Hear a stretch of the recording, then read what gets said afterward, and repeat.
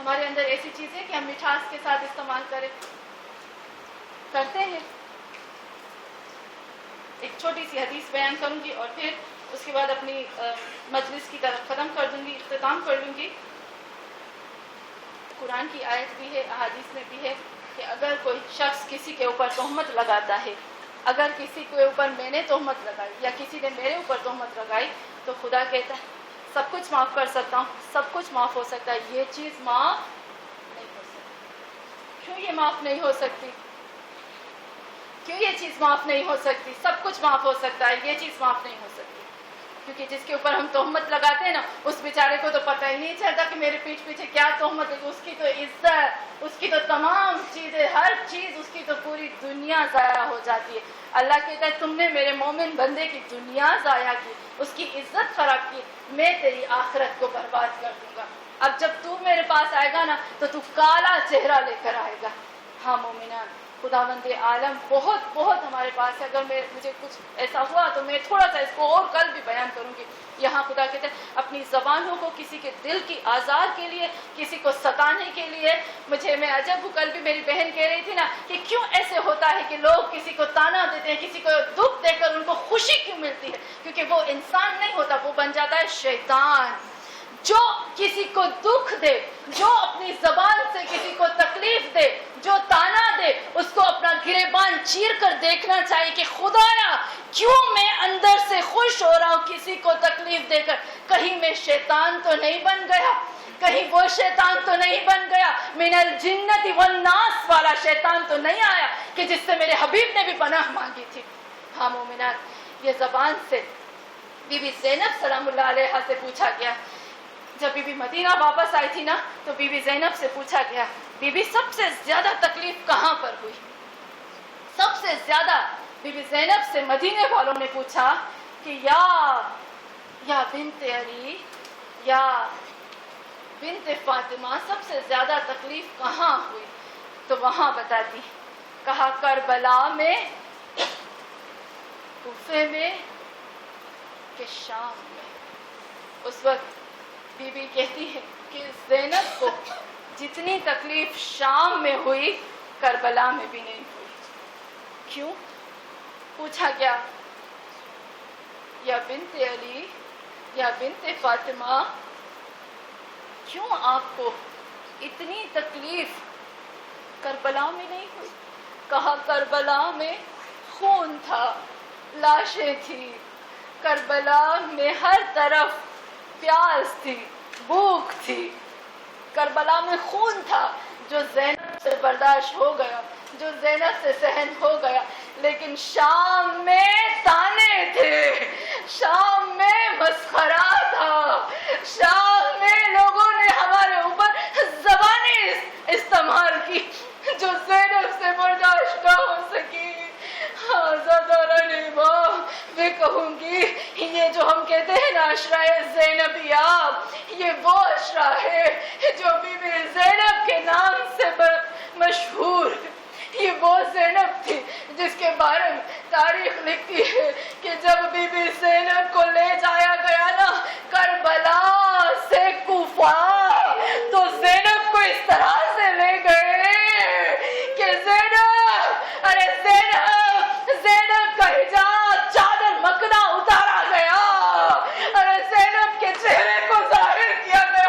میری بیوی خود فرماتی ہے اور خود اپنے خطبے میں کہتی ہے, خود فرماتی ہے, ارے جب زینب کو لے جایا گیا نا تو وہاں پر تماشائی تھے, ارے ڈھول بجا رہے تھے, میوزک بجاتے تھے, شرابی, اور دیکھتے تھے یہ ہے زینب بنت علی.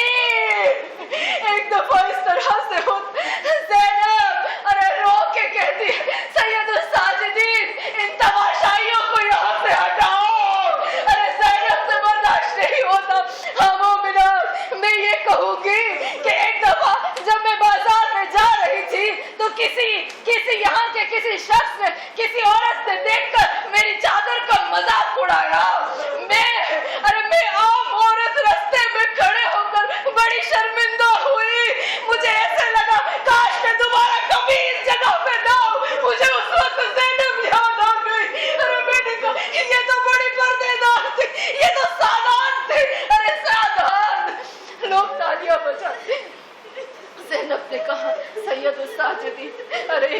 یہاں سے ہٹاؤ. امام نے بڑی کوشش کی لیکن نہیں ہٹایا گیا. زینب کی نظر پڑی ہے. کہاں نظر پڑی ہے؟ حسین کے سر پر نظر پڑی ہے.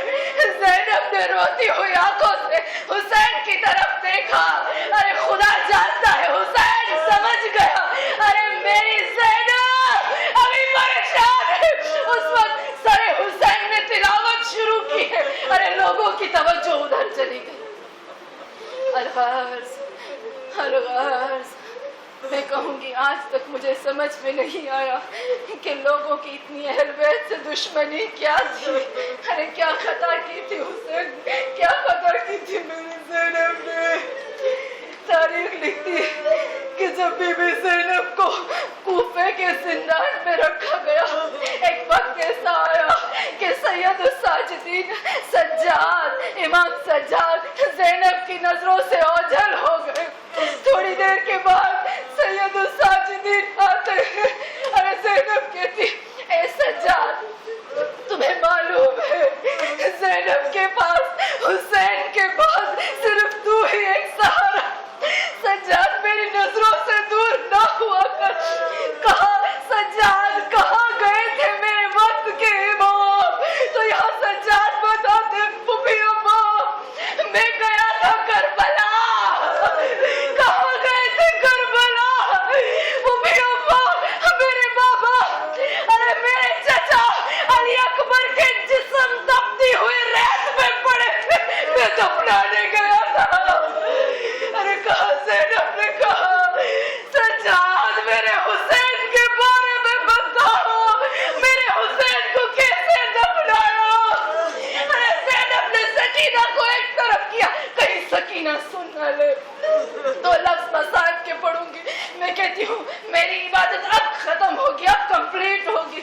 ارے کہا پھوپھی اماں مجھ سے نہ پوچھو، کہا مجھے حسین کے جسم کے بارے میں بتاؤ. میرے حسین میرے ماں جائے بطول کے بیٹے، ارے نبی کے نواسے کے جسم کے بارے میں بتاؤ.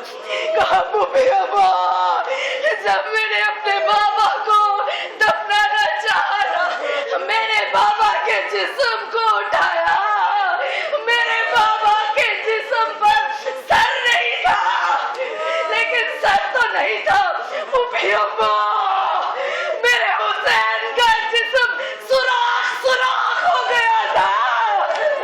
کہا جب میں دفنا رہا تھا میں نے ہاتھ میں اٹھایا، میں ایک طرف سے جسم حسین کو اٹھاتا دوسری طرف حسین کا جسم گر پڑتا تھا.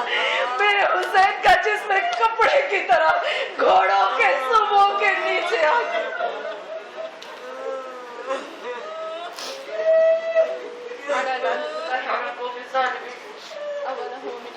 آمین یا رب العالمین. فتقبل منا انک انت السمیع العلیم. پروردگارا یا اللہ خدایا تیرے واسطہ محمد اور آل محمد مصطفیٰ صلی اللہ علیہ وآلہ وسلم کا اے پاک پروردگارا تجھے تیری پاکیزگی کا واسطہ ہے اللہ، تجھے پورے تیرے قرآن کا واسطہ ہے اے اللہ، تجھے تیرے اعلیٰ ہونے کا واسطہ ہے خدایا خدایا خدایا، تجھے تیری عزت جاہ و جلال کا واسطہ ہے اے اللہ، تجھے تیری الہیت کا واسطہ ہے اے پاک پروردگارا. ابھی میں قرآن ناطق قرآن صامت ذکر حسین کے بعد اے اللہ وقت نماز ہونے والا ہے عصر کے بعد پروردگارا تجھ سے دعا مانگتی ہوں خدایا، مجھے یقین ہے کہ تو ہماری دعا کو ضرور قبول فرمائے گا اے پاک پروردگارا. یہ جو تو نے ہمیں زبان دی ہے، تو نے زبان دی ہے کہ ہم اس زبان سے تیرا ذکر کر سکے، تو نے زبان دی ہے کہ اس زبان سے تیرے قرآن کو پڑھ سکے، تو نے زبان دی ہے کہ اس زبان سے خدایا ہم مومنین کے دلوں کو جیت سکے. اللہ تو نے زبان دی ہے کہ این عبادت اس زبان سے کرے اے اللہ، ہم اس زبان سے لبیک کہیں، اس زبان سے الحمد کہیں، اس زبان سے سبحان کہیں. خدایا تو نے اس لیے زبان دی ہے پروردگارا، جس چیز کے لیے تو نے زبان عطا فرمائی ہمیں اس کے لیے استعمال کرنے کی توفیق عطا فرما اے اللہ. تجھے تیرے حسین کا واسطہ ہے خدایا، تجھے قلب حسین کا واسطہ ہے، تجھے قلب پیغمبر کا واسطہ ہے یا اللہ. تجھے اس دل پیغمبر کا واسطہ، اس دل کا واسطہ جس پر تو نے قرآن نازل کیا. اے اللہ تجھے نبی کے اس دل کا واسطہ جس کے لیے رسول خدا نے کہا فاطمہ میرا دل ہے. اے اللہ اے پاک پروردگارا رسول کے قلوب کا واسطہ اے اللہ ہمارے دلوں کو پاک پاکیزہ فرما. یا اللہ ہم تجھ سے دعا کرتے ہیں. اللہ ہم مانتے ہیں گناہگار صحیح. اے اللہ میں مانتی ہوں میں گناہگار، ہم گناہگار ہیں، لیکن خدایا بندے تیرے ہیں. میں مانتی ہوں کہ جب میں مصلی پہ آتی ہوں اے اللہ تجھ سے دعا کرتی ہوں خدایا جب میں مصلی پہ آتی ہوں تو میرے خیالات ادھر ادھر چلے جاتے، لیکن اے اللہ میرا چہرہ تیرے کعبے کی طرف ہوتا ہے، میری زبان پر تیرا ورد ہوتا ہے. یا اللہ میرے رکوع، میرے سجدے، خدایا میرا قنوت اے پاک پروردگار میرا قیام تیری ذات کے لیے ہوتا ہے. اے اللہ ہماری ان نمازوں کا واسطہ، ہمارے ان روزوں کا واسطہ، ہمارے رکوع اور سجود کا تجھے واسطہ ہے پاک پروردگارا. اے اللہ ہماری دنیاوی، اخروی، جسمانی، روحانی جتنی مشکلات ہیں ان کو حل فرما. یا اللہ ہماری دعاؤں کو قبول فرما. پروردگارا تجھے واسطہ ہے کل کائنات کا. اے اللہ تجھے تیرے خالق ہونے کا واسطہ، تجھے تیرے مالک ہونے کا واسطہ. اے اللہ تجھے بی بی خدیجہ کا واسطہ، تجھے بی بی فاطمہ الزہرا کا واسطہ، تجھے بی بی زینب کا واسطہ. اللہ ان ماؤں کا واسطہ ہے جو ماں ہاتھ اٹھا کر اپنی اولادوں کے لیے دعا کرتی ہے. اللہ اے پاک پروردگار ان ماؤں کی محبت، ان ماؤں کی شفقت اور ممتا کا واسطہ ہے پاک پروردگار ہر ماں کی دعا اپنی اولاد کے لیے قبول فرما. اے اللہ تجھ سے آخر میں یہی دعا کرتے ہیں کہ اے اللہ قلب مہدی، قلب حجت، خدایا قلب حجت کو، خدایا قلب مہدی کو ہم سے راضی اور شاد فرما اور ان کا ظہور جلد فرما.